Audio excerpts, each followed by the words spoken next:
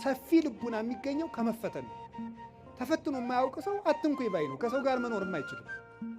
ስለዚህ እግዚአብሔር ከመከራዬ የተነሳ አሰፋልኝ ያለ ቅዱስ ዳዊት ለዚህ ነው። መከራ ትዕግስትን እንዲያደርግ፣ ትዕግስትን ተስፋን እንዲያደርግ እናውቃለን፣ ተስፋ ደግሞ አያሳፍርም ይላል ቅዱስ ጳውሎስ። መከራ ትዕግስትን ያደርጋል። ትዕግስት እንድናገኝ ብርቱ እንድንሆን። የሰው ልጅ እንደ አትክልት ነው። አረጋዊ መንፈሳዊ እንደሚናገረው አትክልት በፀሐይ ብቻ ማደግ አይችልም፣ ይደርቃል። በዝናብ ብቻ ማደግ አይችልም፣ ሽባ ይሆናል። ስለዚህ ዝናቡ ያበቅልና ያሳድገዋል፣ ፀሐዩ ያበስለውና እንዲያፈራ ያደርጋል።